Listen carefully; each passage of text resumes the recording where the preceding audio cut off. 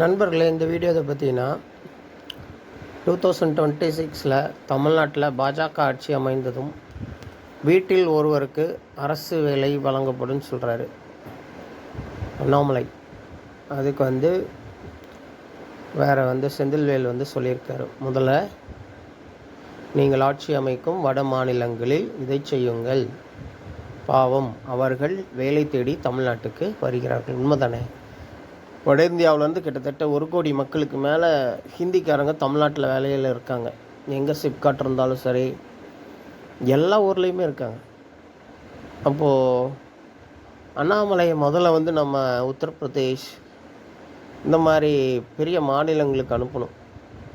பாஜக எங்கெல்லாம் ஆட்சி செய்தோ அந்த மாநிலங்களுக்கு அனுப்பிட்டோம்னா, இவர் போன உடனே இவர்கிட்ட தான் ஏதோ மேஜிக் பவர் இருக்குல்ல.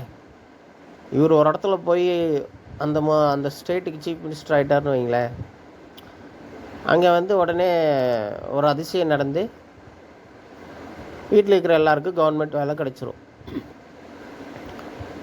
ஏன்னா வீட்டில் இருக்க எல்லோரும் கிராஜுவேட்டாக, அதில் யாரோ ஒரு கிராஜுவேட் இருப்பாங்களே கவர்மெண்ட் வேலை கொடுக்குறக்குன்னா, இப்போ அட்லீஸ்ட் ஒரு கிராஜுவேஷனாக அது வேணுமில்ல. அப்படி தானே சொல்ல வர்றாரு. ஏன்னா தமிழ்நாட்டு மக்கள் என்னை முட்டாள்னு நினச்சிட்டு பேசுகிறாரா? இவர் என்ன ஐபிஎஸ் நிஜமாக பாஸ் பண்ணாரா, இல்லை பிஜேபி கூட ஏதாச்சும் அண்டர் த டேபிள் டீலிங் வச்சு பாஸ் பண்ணாரான்னு இப்போ டவுட் வருது.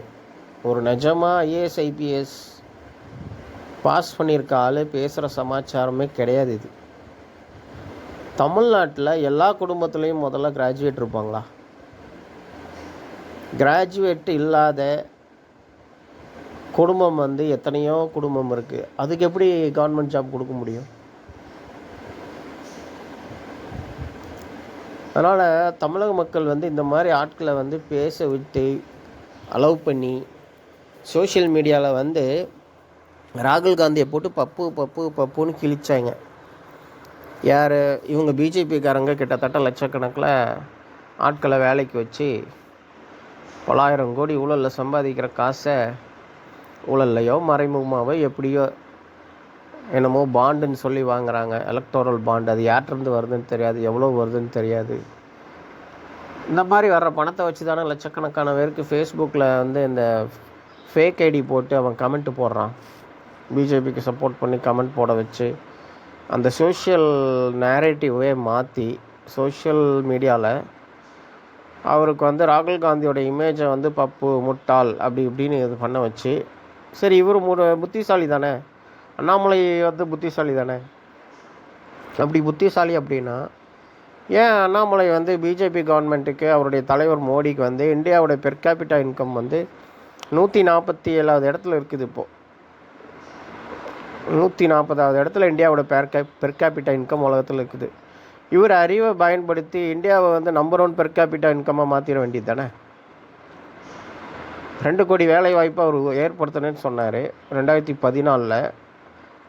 பிரதமர் மோடி ஆட்சிக்கு வர்றப்போ என்ன சொல்லிட்டு வந்தாங்க? வருஷத்துக்கு 2 கோடி வேலை வாய்ப்பு ஏற்படுத்துவோன்னு சொன்னாங்க. 2024 கணக்கு போட்டு பாருங்கள், 20 கோடி வேலை வாய்ப்பு எங்காச்சு?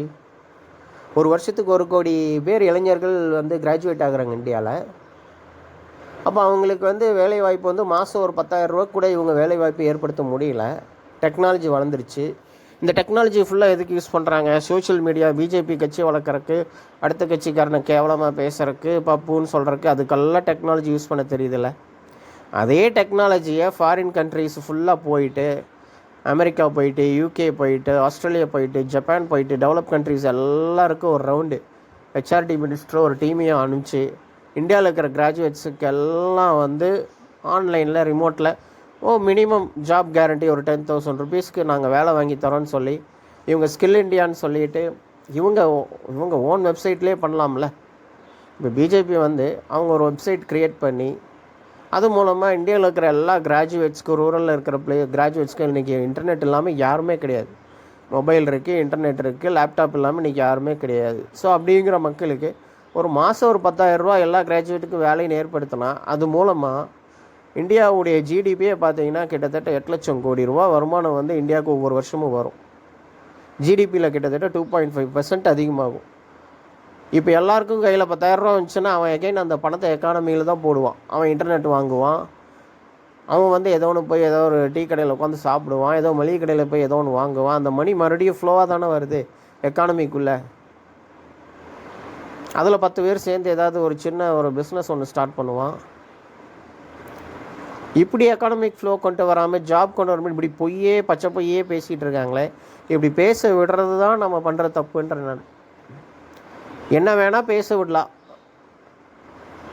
இவங்க வந்து 2 கோடி வேலை வாய்ப்பு ஏற்படுத்துன்னு சொன்னாங்க, அதை ஏற்படுத்தலை. பெட்ரோல் விலை 40 ரூபா கொண்டு வருவேன்னு சொன்னாங்க, அதை ஏற்படுத்தலை. அதெல்லாம் கேள்வி கேட்கணுமா வேண்டாமா? நம்ம $1 வந்து 40 ரூபா கொண்டு வருவேன்னு சொன்னாங்க. இவர் வந்து பிரதமர் மோடியோட வீடியோஸே பார்த்தீங்கன்னா நிறைய சோஷியல் மீடியாவில் இருக்குது. இவர் இப்போ ஆட்சிக்கு வர்றதுக்கு முன்னாடி காங்கிரஸ் கவர்மெண்ட்டை வந்து கிளின்னு கிழிச்ச வீடியோலாம் இருக்குது. என்ன சொல்லியிருக்காரு, எப்படி $டாலருடைய வேல்யூ வந்து எங்கேயுமே குறையல, அதாவது இந்தியன் ருப்பியுடைய வேல்யூ வந்து பார்த்தீங்கன்னா கம்மியாகிட்டே இருக்குது $டாலருக்கு எகென்ஸ்டாக.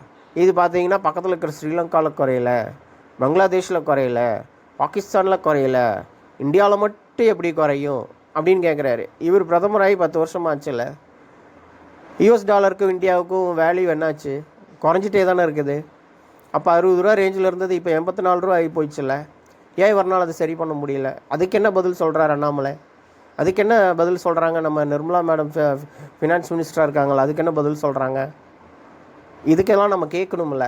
அதை விட்டுட்டு நம்ம வந்துட்டு இன்னும் இதெல்லாம் கேள்வி கேட்காமல் இருக்கிறனால தான் இன்னும் இந்த வாய் கூசாமல் போய் பேசுகிறவங்க போய் பேசிகிட்டே இருக்கிறாங்க. ஸோ நண்பர்களே, இதை ஷேர் பண்ணுங்கள். சோஷியல் மீடியாவில் கேள்வி கேளுங்க, ஃபேஸ்புக்கில் கேள்வி கேளுங்க. 2 கோடி வேலை என்னாச்சுன்னு கேளுங்க. பெட்ரோல் விலை 40 ரூபா கொண்டு வந்தோன்னு சொன்னீங்களா, அது என்னாச்சுன்னு கேளுங்க. படித்த இளைஞர்களுக்கு கிராஜுவேட்ஸ்க்கு வேலை வாய்ப்பு வாங்கி தர முடியல, நீங்கள் எப்படி வந்து குடும்பத்தில் இருக்கிற ஒருத்தருக்கு வந்து எப்படி வேலை வாய்ப்பு ஏற்படுத்துவீங்கன்னு கேளுங்க. அதை தான் நானும் கேட்குறேன். தேங்க்ஸ் ஃபார் வாட்சிங் கைஸ். Thanks for sharing.